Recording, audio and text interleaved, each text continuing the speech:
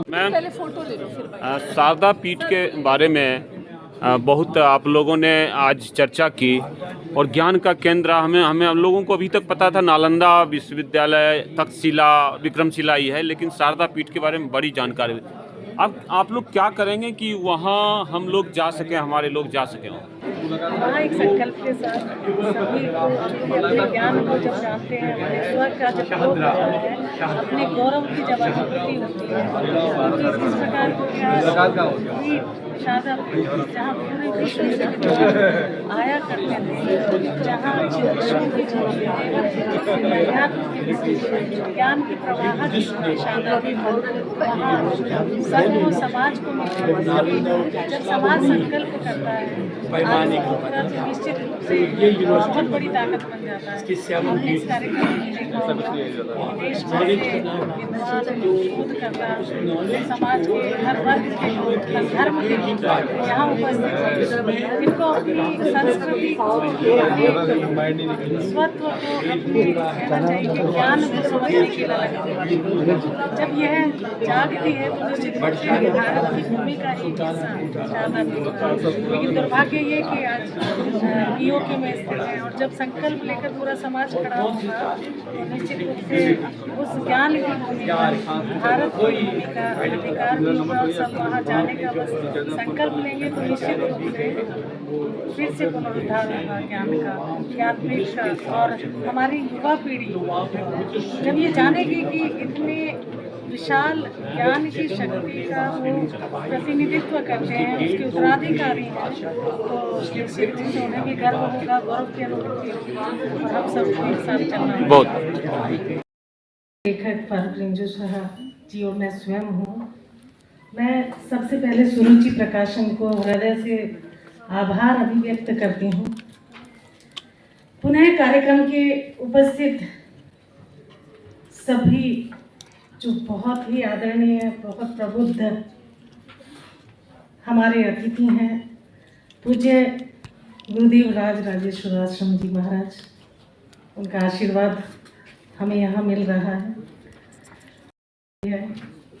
उनका ज्ञान प्रवाहित होता है परम आदरणीय मोहम्मद आरिफ खान साहब, जो गुरु के भांति हैं, लेकिन हमेशा उनका जो ये भाव है कि उनको एक छात्र के सदृश जीवन भर रहना है, ये उनको और अधिक ज्ञानवान बनाता है।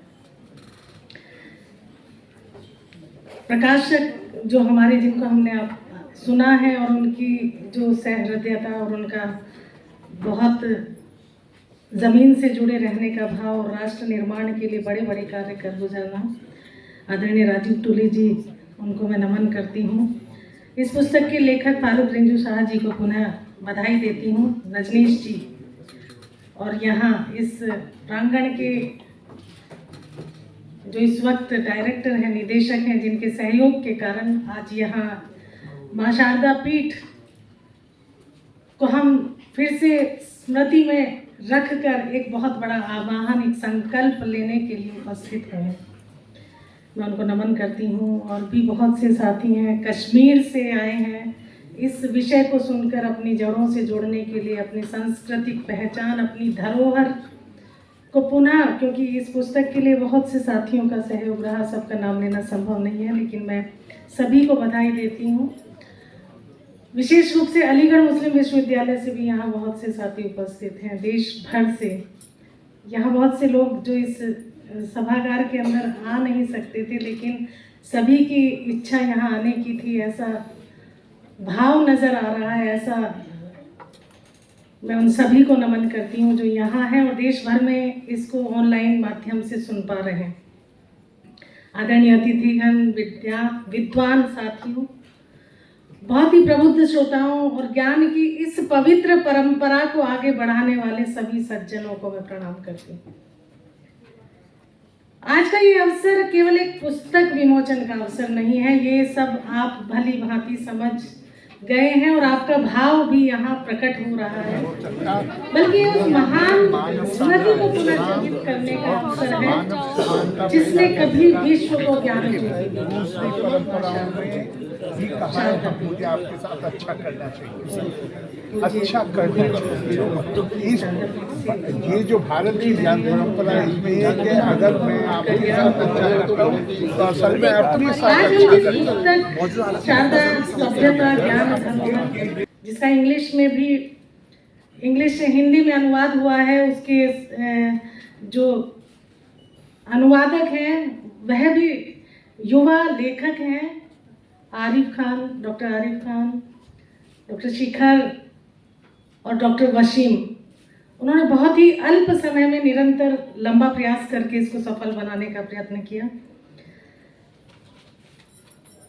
केवल शब्दों का संग्रह मात्र नहीं है यह पुस्तक, और यह उस सभ्यता का उद्घोषक है वास्तव में, जिसने हिमालय की गोद से मानवता को ज्ञान, दर्शन और संस्कृति की दिशा दी।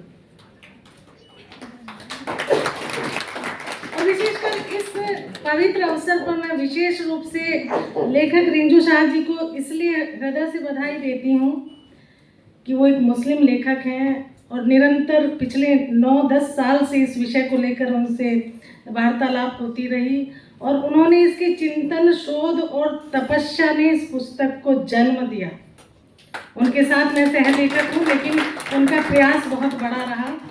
रविंद्र जी भी हमारे बीच हैं, जो निरंतर उन्होंने अपने जीवन को समर्पित किया है माँ शारदा पीठ के लिए, और टेटवाल में एक बहुत बड़ा मंदिर उन्होंने स्थापित किया।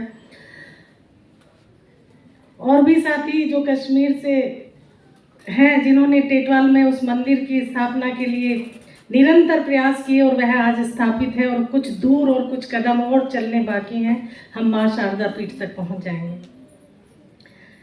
जब हम शारदा पीठ का नाम लेते हैं तो एक विशाल मंदिर का भाव मन में आता है।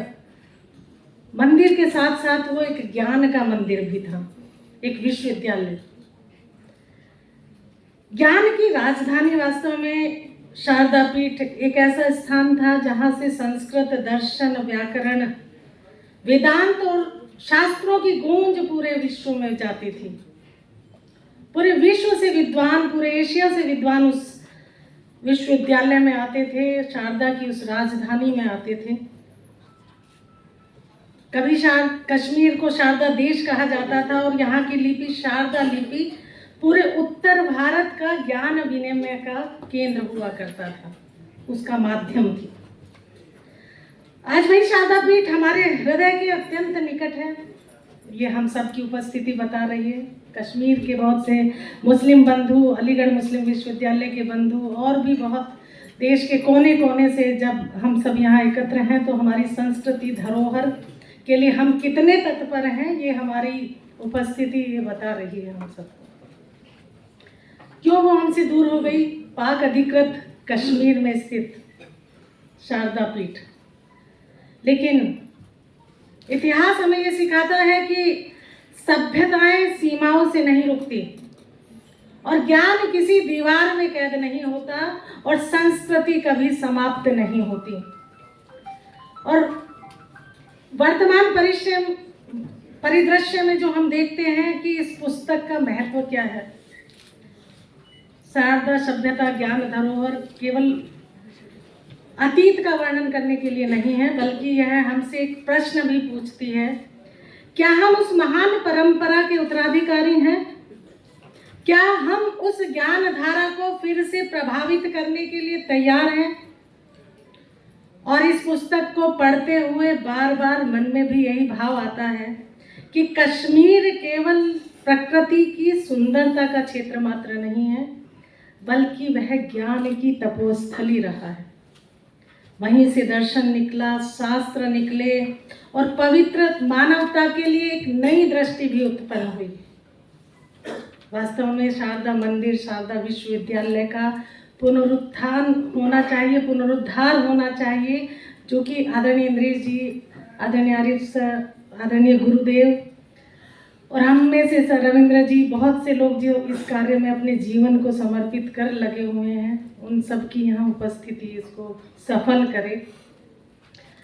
और शारदा की आज़ादी का संकल्प पूरे देश की एकजुटता का प्रतीक बनना चाहिए।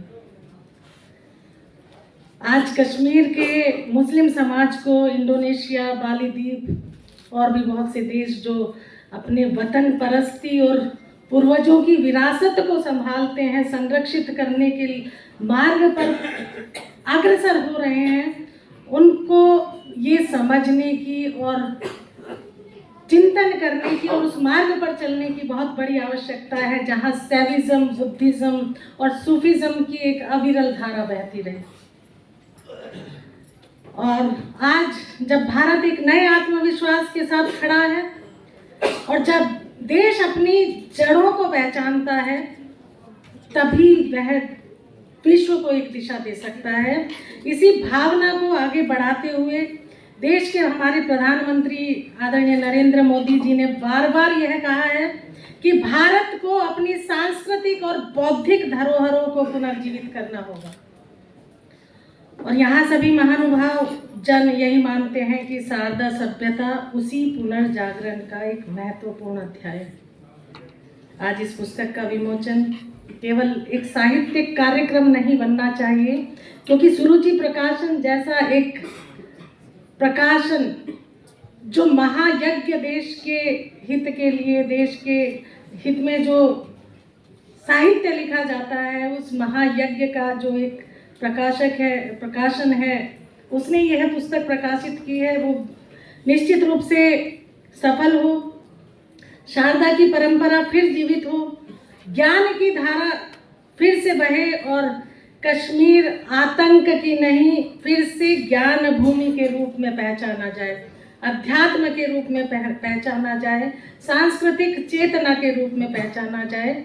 और इसी लक्ष्य के साथ जब फिर से वहाँ शास्त्रार्थ हों, वहाँ फिर से विद्या की घंटियाँ बजें और फिर से माँ सरस्वती की आराधना के स्वर गूंजे, इसी भविष्य का आवाहन करने के लिए आज इस छोटे से सभागार में एक विशाल संकल्प को लेने के लिए हम सब उपस्थित हुए हैं, अपने बहुत ही आदरणीय अतिथियों के और जो आप सभी सुनने के लिए यहाँ आए हैं उनके मध्य। समाज के लिए एक संदेश है कि भारत एक केवल एक देश नहीं है, बल्कि एक ज्ञान की परंपरा है। और जब दुनिया में विश्वविद्यालयों का इतिहास लिखा जाएगा तो तक्षशिला, नालंदा और शारदा पीठ जैसे ज्ञान केंद्रों का नाम स्वर्ण अक्षरों में लिखा जाएगा। और हमें गर्व होना चाहिए कि हम सब उसी सभ्यता के उत्तराधिकारी हैं। एक राष्ट्रीय संकल्प लेकर एक अपनी वाणी को विराम देना चाहूँगी कि इस मंच से एक विनम्र निवेदन भी करना चाहती हूँ कि शारदा सभ्यता पर और अधिक शोध हो, विश्वविद्यालयों में अध्ययन हो और आने वाली पीढ़ियाँ इस महान धरोहर से परिचित हो सके। इस प्रकार के प्रयास निरंतर समाज के मध्य से भी और चिंतकों के माध्यम से भी और सरकार के माध्यम से भी किए जाने की आवश्यकता है। और ये बहुत ही मन को छूने वाले क्षण हैं, अध्यात्म के क्षण कहूँगी मैं, साहित्य नहीं, ये अविरल धारा है अध्यात्म की जो माँ शारदा हमें दे रही है। हम सब यहाँ उपस्थित हैं और हम सब इस संकल्प के साथ इस मार्ग को लेकर आदरणीय वक्ता जो हम सभी के आदरणीय हैं, हम सभी के मार्गदर्शक हैं, तो उनसे एक संदेश लेकर यहाँ से जाएं। जय हिंद।